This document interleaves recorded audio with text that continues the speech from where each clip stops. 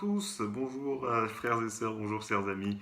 Une joie pour nous de nous retrouver, un nouveau rendez-vous quasiment quotidien, un mot pour aujourd'hui. Et ce matin, alors qu'une nouvelle semaine s'annonce, c'est toujours bienvenu pour nous de pouvoir encore une fois chercher la grâce du Seigneur afin qu'il nous qualifie, qu'il nous équipe pour pouvoir continuer à cheminer, à avancer, à progresser avec lui pour sa gloire.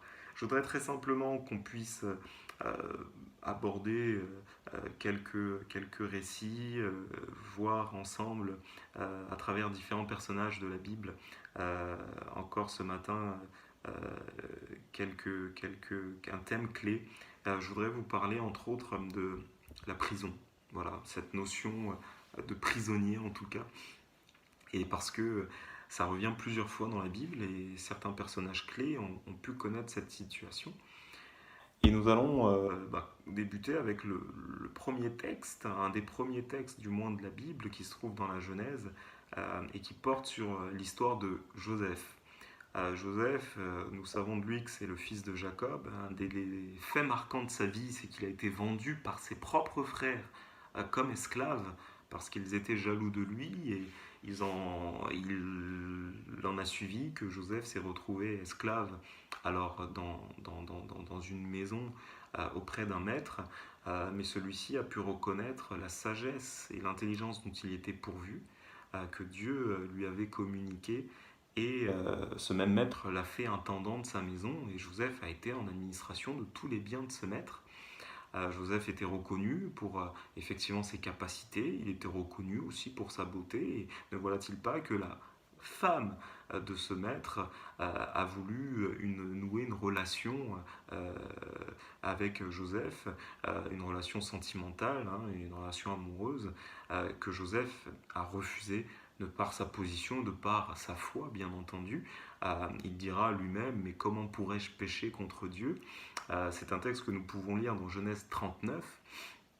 Et voilà-t-il pas que Joseph va subir une injustice parce que Joseph aura refusé de coucher avec cette femme. Il va être ensuite dénoncé injustement auprès du maître, euh, auprès de l'époux de cette femme, et il va finir en prison. Joseph va finir en prison et il va du coup vivre une captivité.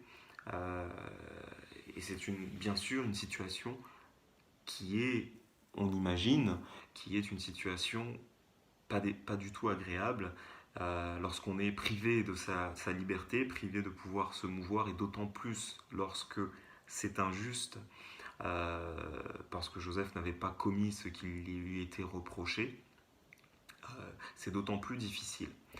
Un autre personnage clé du Nouveau Testament, cette fois-ci, Paul, l'apôtre Paul, qui a connu différentes situations d'ailleurs d'emprisonnement, va lui aussi être comme euh, éprouvé, éprouvé hein, durant son ministère, parce que Paul a été appelé du Seigneur Jésus lui-même à pouvoir prêcher, proclamer l'évangile à travers les différentes contrées, à travers l'Asie, la Grèce.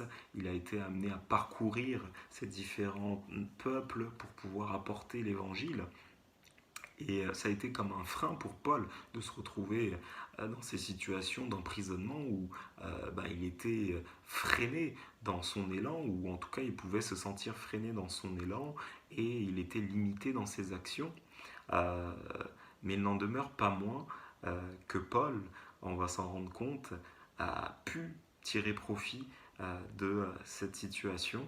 Et on peut le lire dans Éphésiens chapitre 3. Paul se qualifiera lui-même d'ailleurs de prisonnier du Christ Jésus.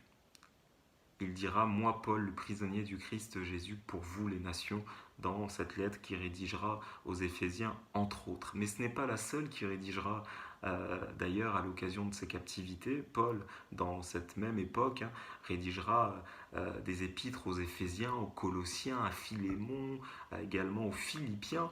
Et pour le coup, Paul continuera d'œuvrer quand bien même il sera en captivité. Si nous revenons à Joseph, Joseph va connaître une situation où sa situation euh, qui va suivre son emprisonnement sera plus favorable que sa situation initiale. Alors qu'il était intendant d'une maison de maître euh, et qu'il avait trouvé grâce auprès de ce même maître pour administrer tous ses biens, ne voilà-t-il pas qu'à l'issue de sa captivité, Paul va être rétabli dans sa situation, mais il sera dans une situation encore meilleure. Il va être cette fois-ci aux administrations du, euh, de l'Empire égyptien, ne serait-ce que ça, de toute l'Égypte. De toute l'Égypte, Paul va trouver grâce auprès de Pharaon et là encore, ces capacités qui lui ont été données de Dieu, à savoir d'interprétation des rêves, vont pouvoir lui permettre d'atteindre ce poste combien haut placé à l'issue de cette captivité. Il est un enseignement ici. Et je voudrais faire ce parallèle de la prison avec les épreuves que l'on peut connaître dans notre vie de chrétien. La prison, souvent, l'apparente à ce lieu où on est privé nos, euh, de nos droits, on est privé de notre liberté. La prison, c'est une situation contraignante, bien sûr, une situation où on manque, bien entendu, de sérénité. On peut manquer en prison aussi de beaucoup de choses, ne serait-ce que de pouvoir manger correctement, de pouvoir nous vêtir correctement. euh, et on est limité dans nos actions. Être en prison, c'est comme sortir de sa zone de confort. On connaît tout le confort qu'on peut avoir chez soi. Quand on est en prison, on est limité dans ce confort. Et d'autant plus lorsque on s'y retrouve injustement. Et c'était le cas ici, et de Paul et de Joseph d'ailleurs. Paul qui a été à plusieurs reprises euh, condamné, ou en tout cas qu'on a voulu faire taire à cause de sa proclamation de l'Évangile. J'aimerais faire ce parallèle avec l'épreuve parce que euh, il est bon pour nous de pouvoir en fait considérer que euh, l'épreuve c'est avant tout un tremplin pour notre vie. L'épreuve de notre foi c'est un tremplin pour notre vie. Et c'est une chose pour laquelle euh, le Seigneur voudrait tant nous qualifier parce que bien entendu, nous traversons tous des épreuves et elles peuvent être lourdes et difficiles, très contraignantes. Euh, Paul, au fond de sa prison, je n'imagine même pas, alors que il avait pu par ailleurs être traité injustement, être battu, il avait pu subir bon nombre d'injustices, euh, mais il trouve quand même, non seulement grâce auprès de Dieu, mais aussi les ressources nécessaires pour continuer à être une source de bénédiction et une source d'exhortation pour énormément de nations, pour énormément de peuples, pour différentes assemblées à travers l'Asie, à la Grèce, et être ce Paul que nous connaissons des Écritures qui va venir enseigner comme ça ces différentes assemblées. Et jusqu'aujourd'hui, ces textes nous sont restés et sont une source d'enseignement toujours pour nous. Que le Seigneur soit vraiment béni pour cela. Mais je voudrais nous interroger là-dessus.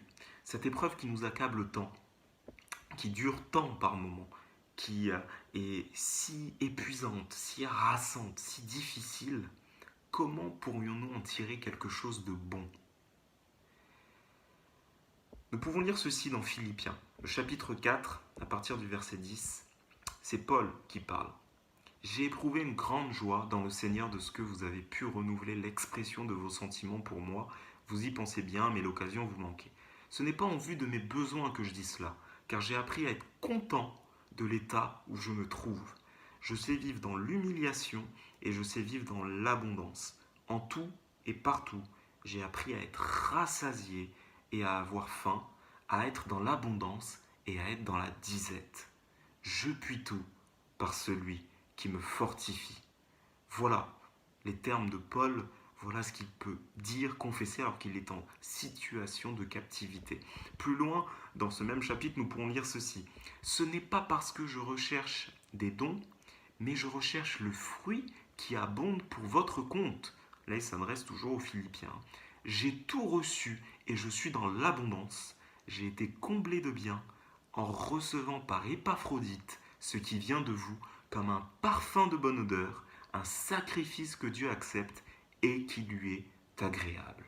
Voilà ce qu'anime Paul alors qu'il est en prison, alors qu'il est privé de sa liberté, en tout cas physique, mais certainement pas de sa liberté de continuer à pouvoir être une source de bénédiction, à pouvoir continuer sa mission à laquelle le Seigneur Jésus-Christ lui-même l'avait appelé. C'est la disposition de cœur qui fera la différence dans cette situation. Pour Paul, il voudra avant tout être agréable à Dieu, avant tout chercher à accomplir ce pourquoi Dieu l'a appelé, la volonté de Dieu. C'est une source d'encouragement, mais sans pareil, frères et sœurs, vraiment, vraiment. Et je pense que nous qui sommes enfants de Dieu et nous qui sommes aussi appelés par le Seigneur à pouvoir être des sources de bénédiction, je crois que nous aussi, nous pouvons bénéficier de la même grâce auprès de Dieu. À savoir que dans l'épreuve, quand bien même elle dure, quand bien même elle est difficile, quand bien même elle est longue, nous pouvons compter sur celui qui ne nous abandonne pas et sur celui au contraire qui nous fortifie. Je puis tout par celui qui me fortifie.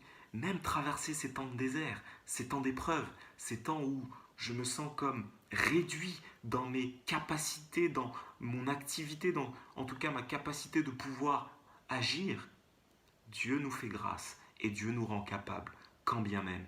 Je ne pense pas qu'il y ait de situation où nous ne pouvons ne pas continuer à bénir, louer, adorer le Seigneur et à être une source d'encouragement là où nous sommes.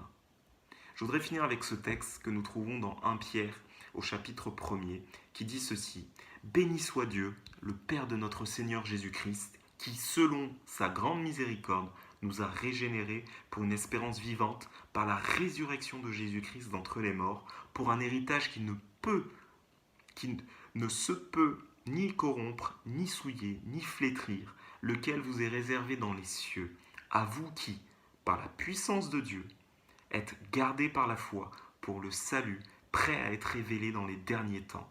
C'est là ce qui fait votre joie, quoique maintenant, puisqu'il le faut, vous soyez attristés pour un peu de temps par diverses épreuves, afin que l'épreuve de votre foi, plus précieuse que l'or périssable, qui cependant est éprouvé par le feu, ait pour résultat, écoutez bien, la louange, la gloire et l'honneur lorsque Jésus-Christ apparaîtra, lui que vous aimez sans l'avoir vu, en qui vous croyez sans le voir encore, vous réjouissant d'une joie ineffable et glorieuse, parce que vous obtiendrez le salut de vos âmes pour prix de votre foi. Amen. Frères et sœurs, en cette nouvelle semaine qui s'annonce, puissions-nous, quels que soient les défis que nous rencontrons maintenant ou que nous allons rencontrer, garder la foi en toutes circonstances, mais surtout cette foi, nous la voulons vivante, espérant en notre Seigneur Jésus-Christ, sachant qu'il veille sur nous, qu'il nous tient dans ses mains et qu'un jour nos yeux le verront. Puissions-nous être chacun d'entre nous bénis, que le Seigneur nous accompagne en toutes choses, pour sa gloire. Amen.